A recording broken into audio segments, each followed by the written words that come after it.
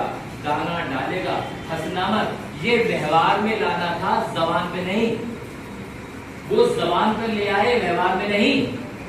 इस वजह से सारे तोते फंस गए। यहां तक की कहानी समझ में आ गई। अब बात की गहराई समझना, अब पता चलेगा कौन से तोते फंसे हैं। एक आया था शिकारी, उसने जाल बिछाया था, दाना डाला था, ले गंदी क्वालिटी का चावल 5 किलो, ले घटिया क्वालिटी का गेहूं, आया नहीं आया, ले एक नमक की थैली, ले एक रिफाइंड ऑयल का पैकेट, आया नहीं आया, अब तक भी आ रहा है। तो सारे तोते फंसे ना फंसे, फंस गए तोते। तो मैं आज फिर याद दिला रहा हूं, तोते हमसे लामे हैं, देख रहे हैं।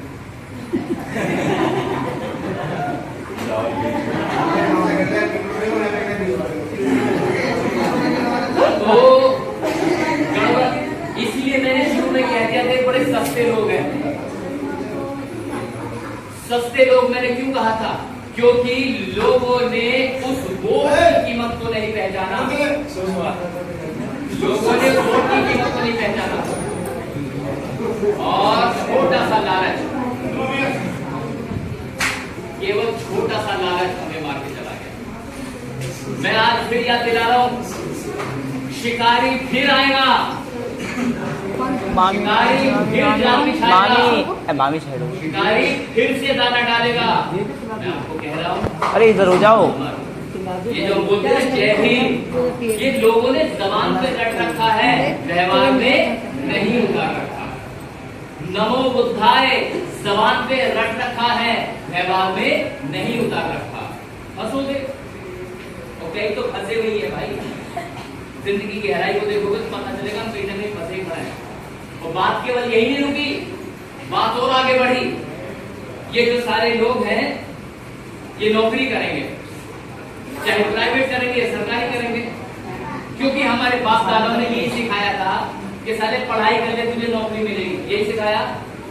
मेरे बाप ने तो मुझे कभी नहीं कहा तू पढ़ाई कर ले, बड़ा होकर तू 1000 लोगों को नौकरी देगा भाई, तू बहुत बड़ा व्यापारी बनेगा भाई, तू बहुत बड़ा नेता बनेगा भाई। मेरे बाप ने नहीं सिखाया।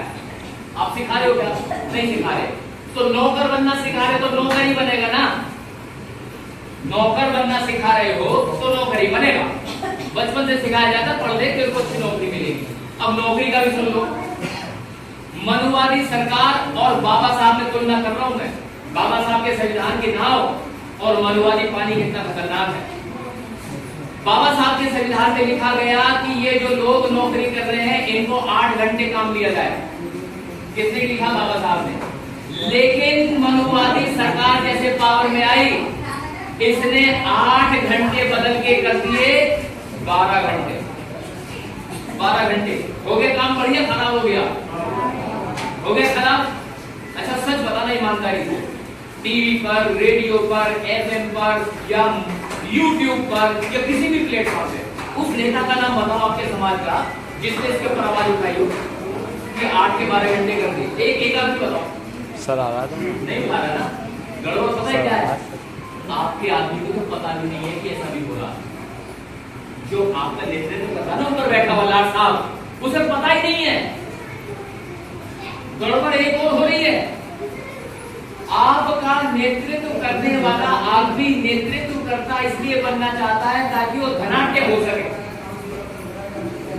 ताकि 10-10, 20-20, 100-100 कारें आगे पीछे चल सके, शक्ति का प्रोडक्शन हो सके। वो इसलिए बनना ही नहीं चाहता नेतृत्व करता कि आपकी समस्या को समाधान हो सके। जानते हो बाबा साहब के संविधान में क्या लिखा था? वो लिखा था अगर कोई फैक्ट्री का मालिक अपने वर्कर को निकालता है नौकरी से तो ज्यादा से ज्यादा 100 लोगों को निकाल सकता है। उसके लिए भी सरकारी अनुमति लेनी पड़ेगी, है ना? कड़ा नियम था। लेकिन वर्तमान सरकार ने क्या कर दिया कि अब आप कम से कम 300 लोगों को निकाल सकते हो और कोई सरकारी अनुमति की आवश्यकता नहीं। बताओ काम बढ़िया होगा खराब होगा?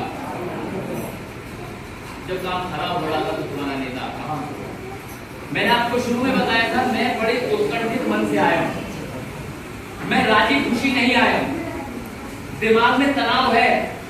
तनाव इस वजह से है कि ये सब कुछ हो रहा है और आप कुछ नहीं कर पा रहे, कुछ नहीं कर पा रहे। पता है मैसेज दिया जा रहा है कि ये जो खिलाफ काम कर रही है, मुसलमानों को डरा रही है ना। मुसलमानों के खिलाफ तो कुछ नहीं हो रहा।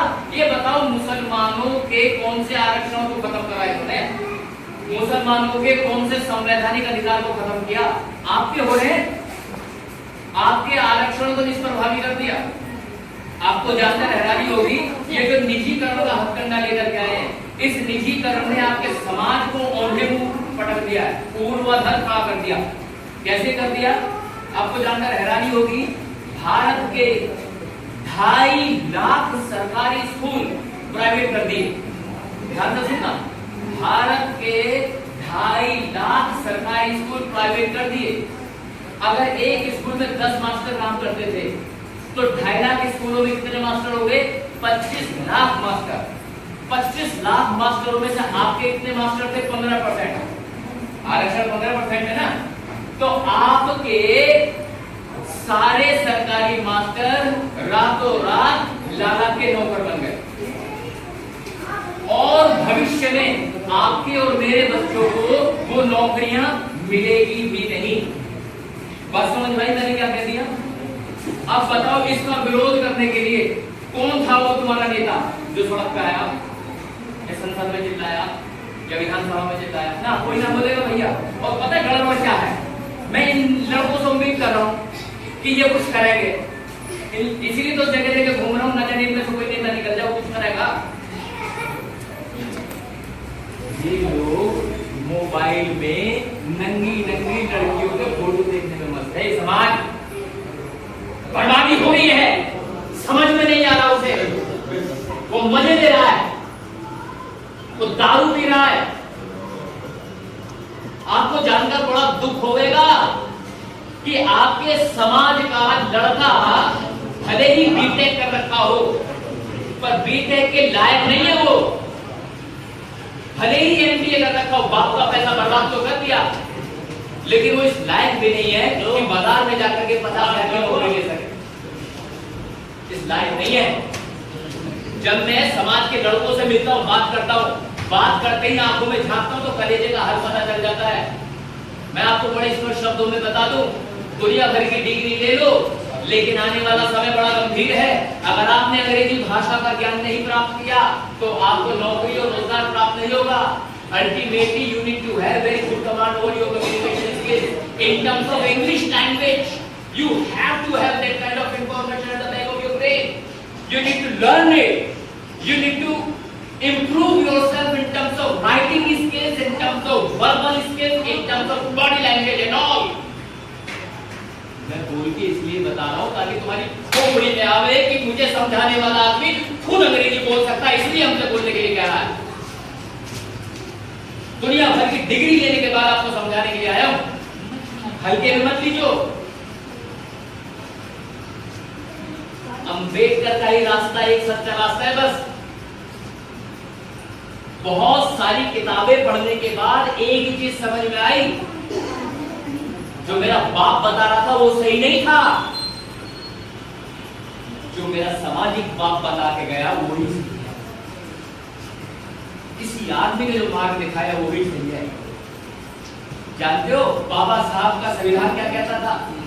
बाबा साहब का संविधान कहता था ये सारे लोग फैक्ट्री में काम कर रहे हैं, अब इनके साथ दिक्कत आ गई, अब ये क्या करेंगे? मैनेजमेंट से अपनी बात तो करेंगे। मैनेजमेंट से बात कब करेंगे? जब ये अपनी यूनियन बनाएंगे। जब ये अपनी यूनियन बनाते थे तो बाबा साहब कह के गए संविधान में कि 7 लोग आपस में मिल जाओ, यूनियन बन जाएगी और अपनी बात कह देना। किसने लिखा है? बाबा साहब ने।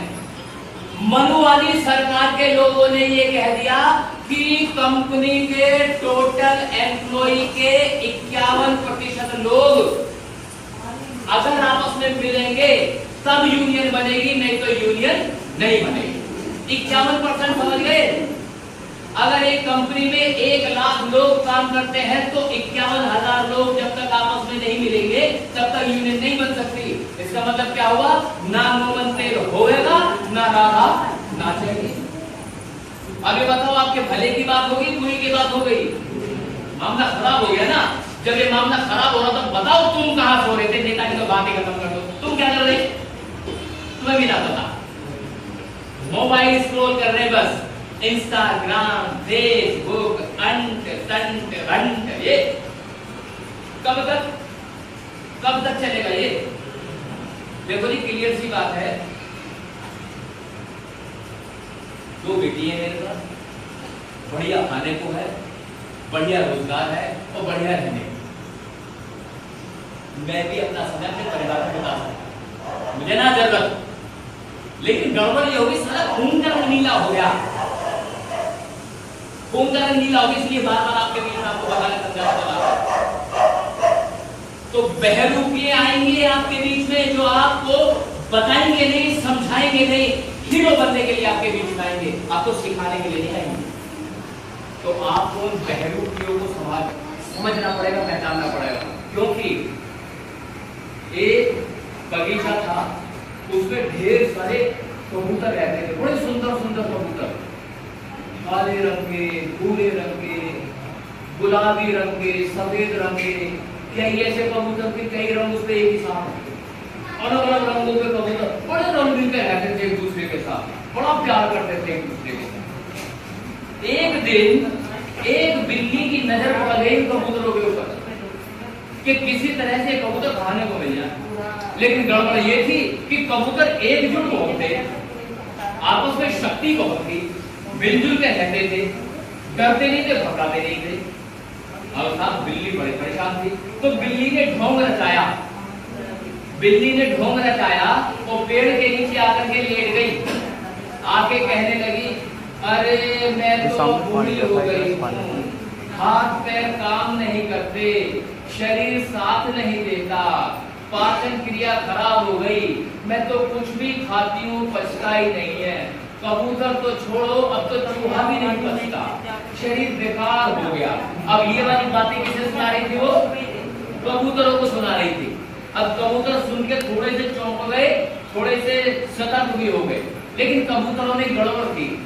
कबूतरों में गड़बड़ ये थी कि हर कबूतर ये कह रहा था, इन कबूतरों का नेता मैं।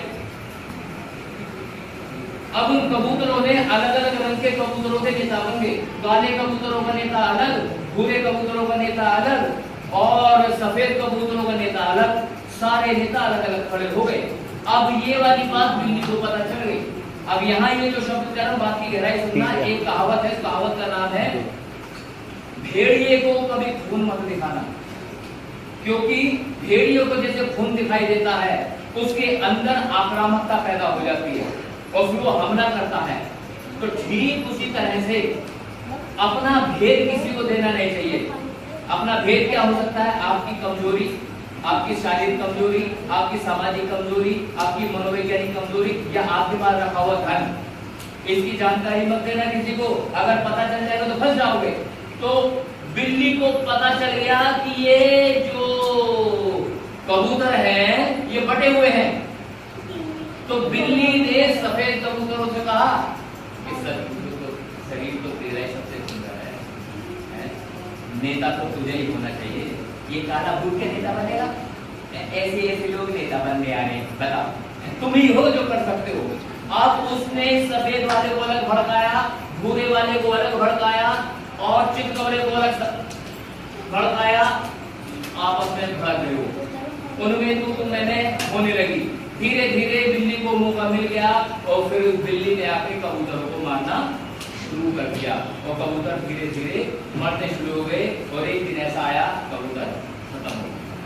ठीक उसी तरह से मान्यवर साहब काशीराम की तमोली फटीक दीमर छुए चमार हीर महार लोहार नाम के कबूतरों को एकजुट कर दिया था। जब एकजुट हो गए थे तो पावर में आ गए थे, तो आप मुख्यमंत्री बन गए थे। लेकिन मनुवादी बिल्ली ने सूंघ लिया कि ये तो सस्ते लोग हैं, चंद रुपयों में बिक जाते हैं। मनुवादी बिल्ली ने सूंघ लिया कि ये तो अलग अलग जाति के लोग हैं। ओम प्रकाश राजभर को अलग तोड़ा जा सकता है और अनुप्रिया पटेल का जो बाप था उसे अलग तोड़ा जा सकता है और चमारों में भी एक नया कबूतर पैदा किया जा सकता है। और उस बिल्ली ने ऐसा ही कर दिया। परिणाम ये हुआ, वो लोग जो सत्ता में बैठकर सत्ताधीश बन गए थे, आज उत्तर प्रदेश में 1 सीट पर आ गए। बात समझ में आ गई? कारण क्या था? उन्होंने भेड़िए को खून दिखा दिया। याद रखना, अगर आप दिल से ताकतवर होना चाहते हो तो भेड़िए को खून दिखाना बंद कर दो। हम बहुजन थे, बहुजन हैं, बहुजन मरेंगे। हम तेरी तमोली घटी धीमन चूड़े चमार महाकुंवर अलग अलग रंग के कबूतर नहीं हैं, हम सब केवल कबूतर हैं। बात समझ में आती है क्या सिखाना चाह रहा हूं? अगर तो आपने ऐसा कर लिया तो ये जो बर्बादी तय हो रही है, शायद इस बर्बादी से बच जाओ, अन्यथा बर्बादी से आपको कोई भी नहीं बचा सकता। नेता तो आपको बचाने वाला नहीं है। मैं एक शिक्षक हूं, शिक्षा लेता हूं और शिक्षा देता हूं। आपको बताने समझाने आया था। हो सकता है बात समझ में आ गई हो सकता है बात समझ में ना आई। फिर भी एक उम्मीद के सहारे कि आप जरूर समझ होंगे। इन्हीं शब्दों के साथ मैं सतीश बहुत अपनी बात को यही समाप्त करता हूँ। और आप सभी का मुझे सुनने के लिए बहुत बहुत साधुवाद। जिंदगी ने अगर दोबारा मौका दिया तो फिर से आऊंगा। तब तक के लिए जय हिंद।